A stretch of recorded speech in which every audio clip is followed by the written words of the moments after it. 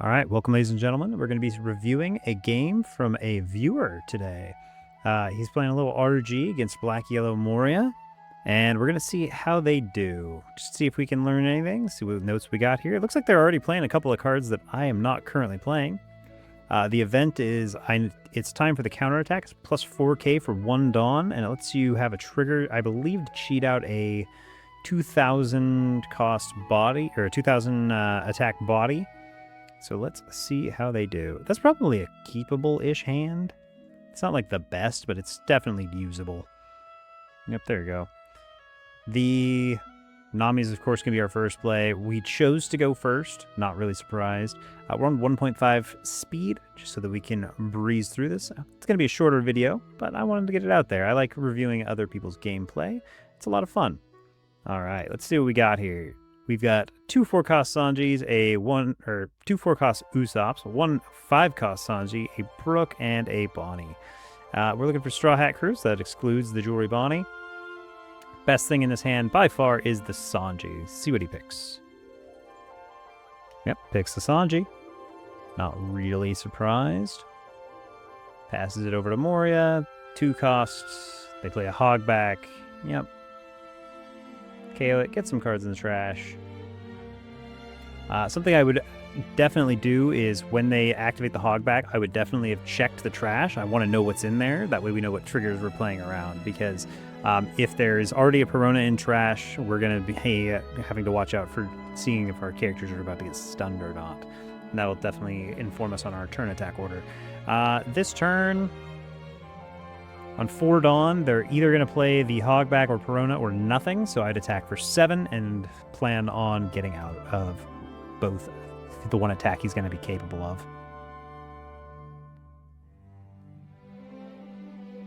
Wheels draws Dr. Hogback. Yeah. That was just a Lilith trigger. Okay, pops the Hogback. Plays out a Rowan Zoro for 4, so he's a 6k leader. 1 Dawn, get out of that. He healed himself back up to 4. Okay, Sanji time, always. We'll attack for 6 this turn. They should take it. There's no reason not to. They're at 4 life. They choose to get out of it. I would disagree with that, because now you have to defend your characters. I would not have gone down in hand size over that, especially when you're at full life. Next turn is going to be the 6-cost Luffy for us. Restanding 4 Dawn, of course. Okay, they cheat out the Moria.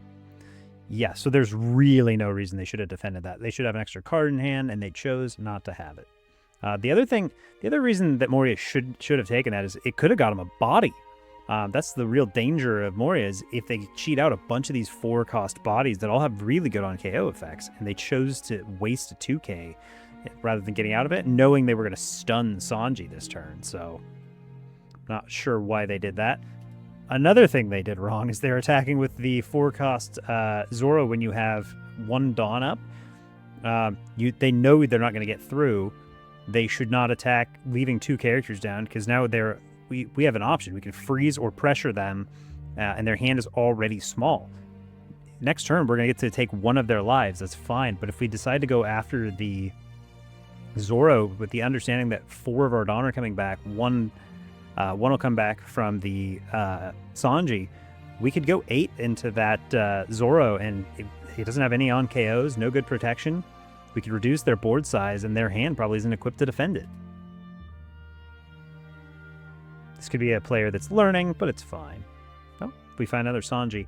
I would develop the Sanji here over the double attack, because they're just going to continually stun the double attack by KOing the Peronas.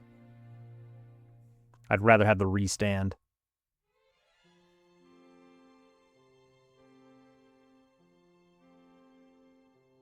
And you can play the Luffy next turn.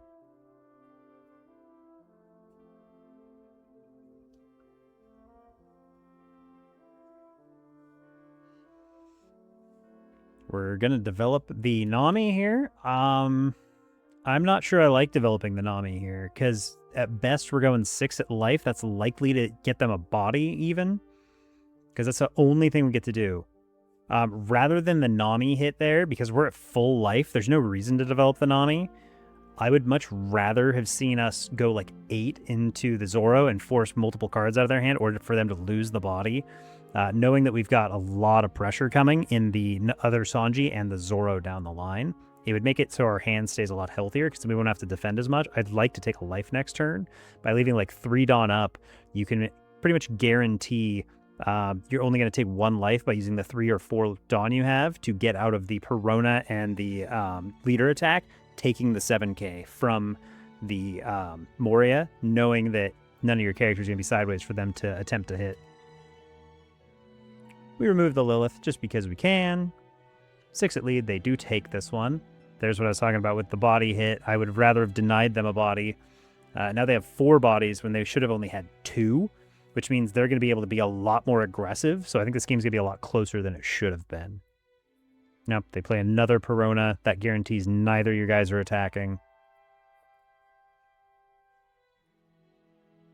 7 at lead. I'd get out of that one. Yep. 7 again. You're probably going to have to give up a card here.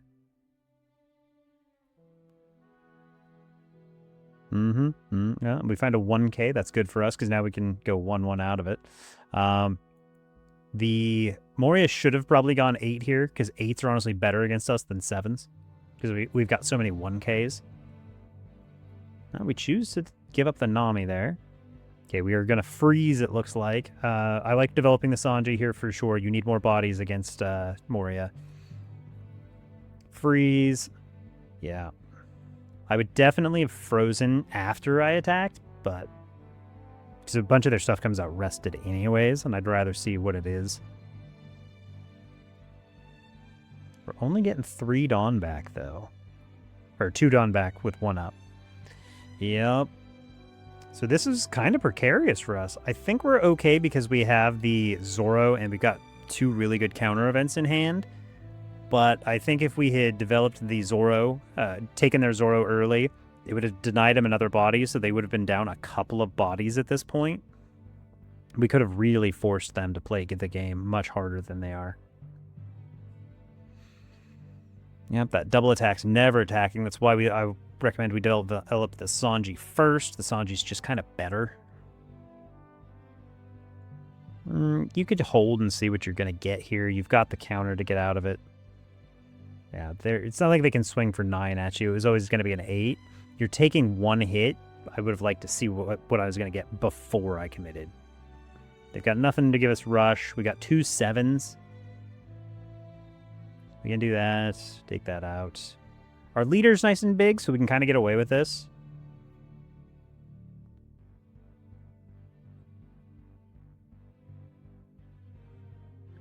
Their hand is really small, so 7, 7, 8 is going to actually be fairly detrimental to them. I'm guessing they get out of one of these 7s. Personally, if I was them, I would take this first hit, knowing I'm going to take 2 hits this turn, because I'd want to see if I could hit something that would let me cheat out a Perona, and then I could freeze the other Sanji, rather than wasting a bunch of counter.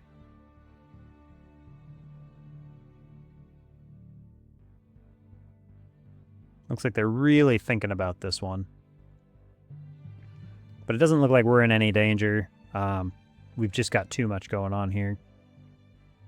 Gonna have 4 Dawn up, plus a Charleston, and the time for the counterattack, which basically counts as a 2k in hand because it's +4. But we have to expend a Dawn for it. Now flip to 1 red character with 2,000 power or less. That'll let us cheat out the red Namis, which is kind of nice. But that's only in a situation where our hand is like really, really heavy, because you're basically going down 2 cards. Yep, there's the 7, and then there's an 8. He'll take that, of course. There's no point in not. He's going to die next turn, unless he can do massive amounts of healing here. Reveals and draws a Kumasi. That's not going to be good enough. There's nothing he can do with 4 cards that'll save him from this board. This game is over. He can't even put on enough pressure. Yeah, he plays the 8-cost Moria. Puts the Kumasi in life. That denies basically 2 of our attacks. Yep, can't attack. 7 at lead. He shouldn't even attack. There's nothing he can do that'll even demand cards.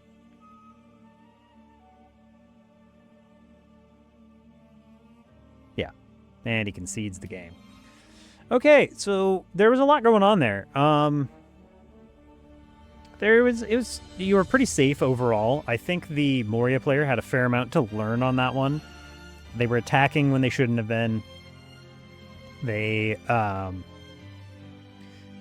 were getting out of way too many hits. The power of Moria is really that it can reanimate so much stuff out of its trash to heal, because like what it wants to be doing is it should be stacking. Also, they didn't play any Borsalinas or anything like that.